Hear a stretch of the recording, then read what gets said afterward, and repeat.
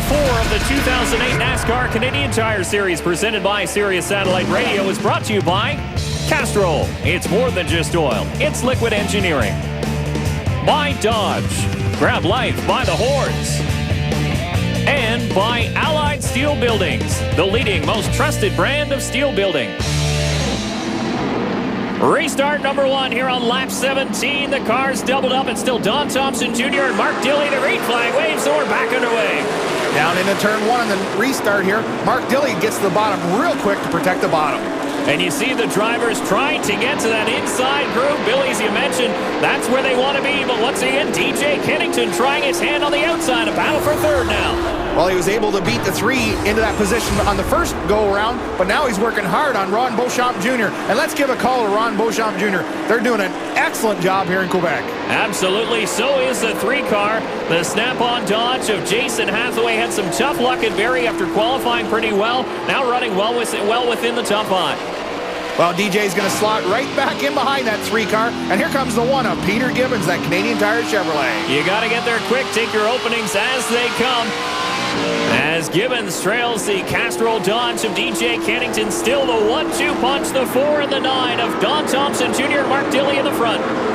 By the way it looks right now, if Dilley can just get an opening, he's just a tad faster than Don Thompson, but there's only one fast groove around this little racetrack. It looks like Dilley's trying to pinch it down to the inside, trying to get a run down the inside off the corner. Well, right there, Dave, you called it well. You hear how long Dilley had to wait on Thompson before he could get on the throttle, and that's the game.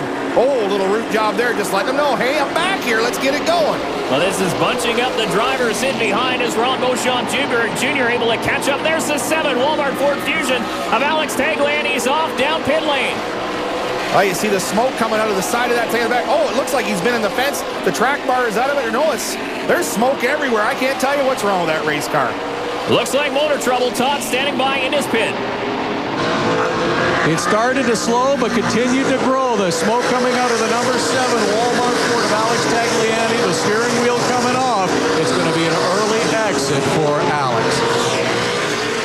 So the telltale smoke out of the exhaust pipe for the 7 car. There's his teammate, Andrew Ranger, up in 8th spot, and a good run for John Gaunt in the early going as he gets into the back of Ranger and tries to duck underneath.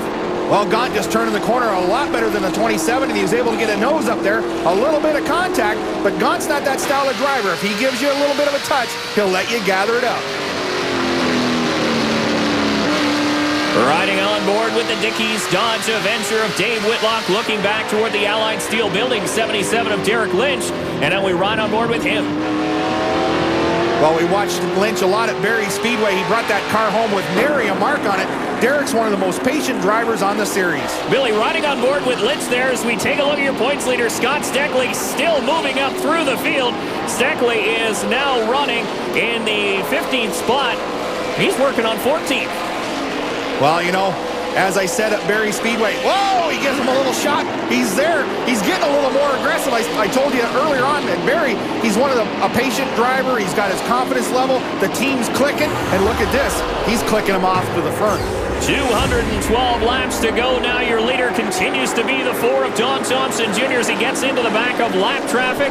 Diving underneath the 8 car, Miguel Duhamel. A rude awakening to the oval racing world for Miguel Duhamel, but he's just turning laps and trying to gain some experience. Well, this is a pretty tight little bull ring for to be turning laps. But, you know, we welcome everybody to come race with us. So here he is. He's having fun. Hats off to the 91 of Patrick LaPearl, too. He's inside the top 20 as there is Beauchamp right behind the 9 Dodge of Mark Dilley, and Dilley gets the door slammed in front of him. Duhamel took that inside line away, and Dilley has some company in behind.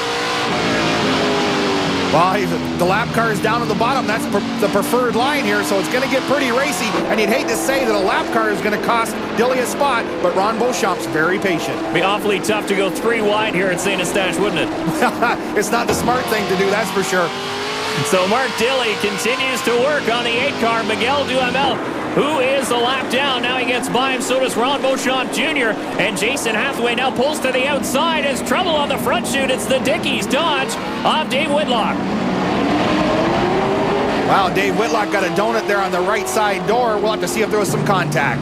So the caution flies for the 2nd time here, and we'll get another look at it. There we are. They're coming through 3 and 4, the 77 and the 39. Whitlock just sneezed a little bit coming off the corner, and the 77 was already on the gas, and Whitlock had to go around. Sounded like the motor sputtered a little bit. Well, you know, anything can happen off the corner, whether you hesitate or a little bit of a hiccup, and if that doesn't take long on these bull rings to get turned around backwards. Couple cars in for service. Don Thompson continues to lead the Kodak 250.